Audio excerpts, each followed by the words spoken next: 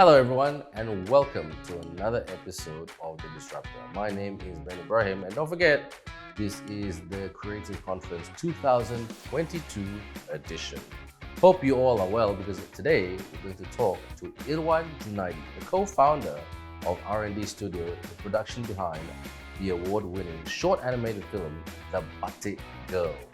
The animated shorts production was supported by the Malaysia Digital Corporation, aka MDEC, which awarded the film's concept the Intellectual Property Creators Challenge, known as IPCC, in the year 2017. Now, some of you are thinking, wow, 2017, that's a while ago. Not really, because upon completion, Batik Girl sprinted right into the festival circuit and set records after it was shown an astonishing 26 film festivals around the world. That's right, our content. So without further ado, let's have the conversation with Irwan Junaidy to understand why Batik Girl is an important milestone in Malaysia's creative and digital content creation industry.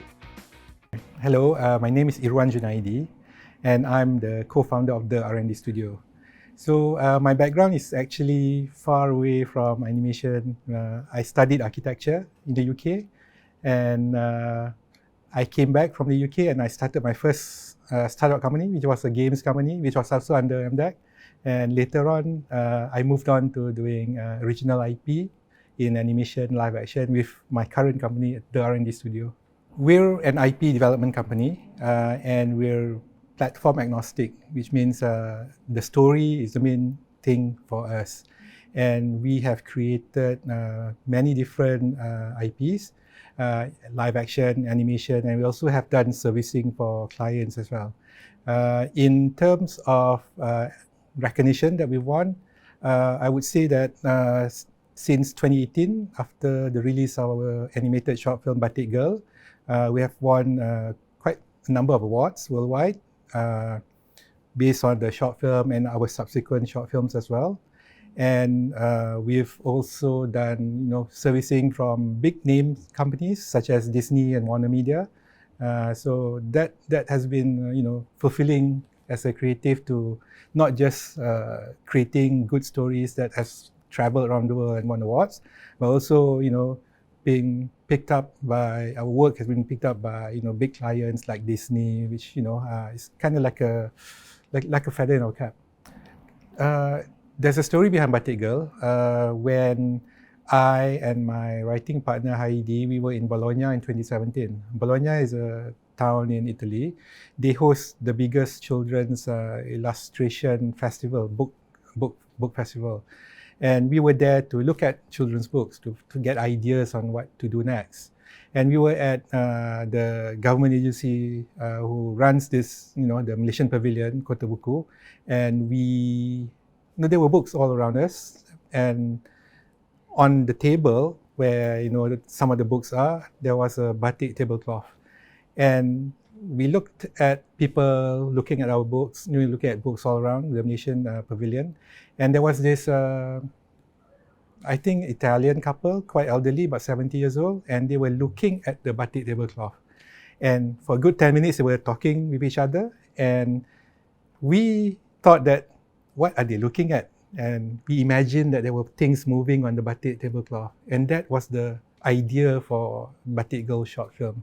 And we came back to Malaysia and we applied for a grant from MDEC, which was then called the IPCC grant. And we received money and we started doing production for the short film. The challenges were a lot because this was the first time that we were doing a short film. And as I mentioned, my background wasn't in film or animation. And 75% of the people in the company was the same as me. We were from outside the industry. So we had to learn everything, and we had to consult with, friends that has done it. We had to consult, our mentors. And luckily, we absorbed what they had to say, and we went to festivals, went to Annecy in France to learn from, the experts, the best people in the world.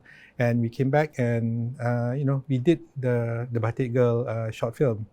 And at that time, because it was quite hard, because we didn't have any reputation, we were quite quite new in the industry. So it was hard to find the best people to work with us. And we did manage to find, people, and we had established relationships with academia. The music was done by lecturers from UiTM, and the animation was done by another MDEC company, MSc Malaysia company.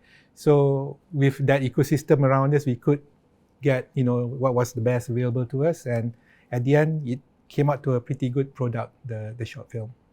It's very crucial, this grant, especially for smaller and medium-sized companies, because there's two ways that you can make money when you're in the creative industry, such as animation or live action. One is servicing, and one is IP, where you develop your own products. So you are always trapped in that cycle of doing servicing. You need money, you have to work for a client, and you don't have resources and money to work on your own, ideas.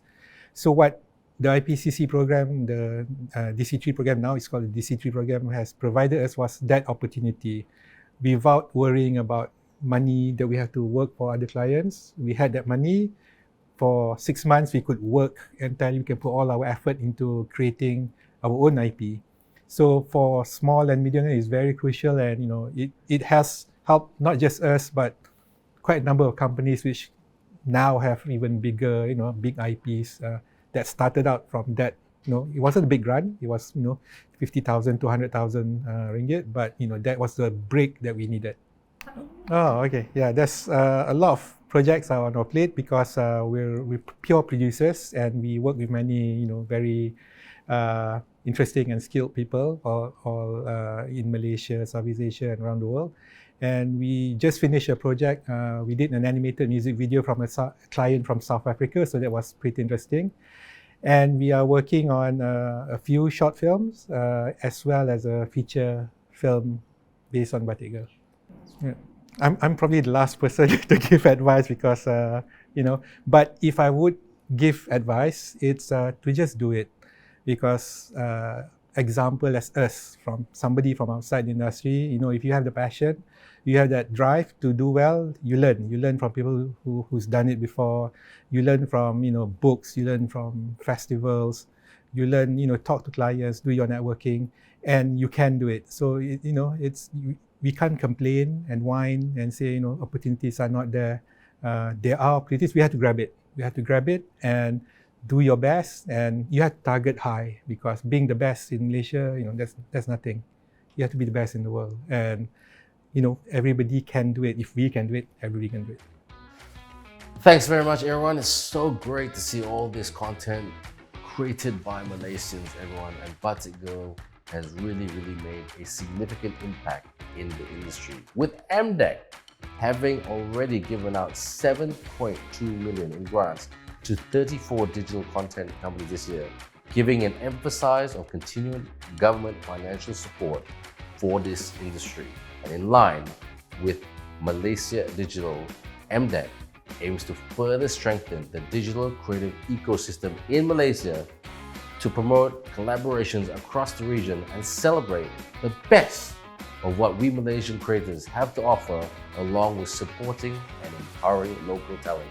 That's right, we Malaysians, creative Malaysians, making a difference within Malaysia and over the sea, as I always say. Speaking of which, that's all the time we have for you today right here on Disruptor. My name is Ben Ibrahim, and until the next episode, stay safe and take care.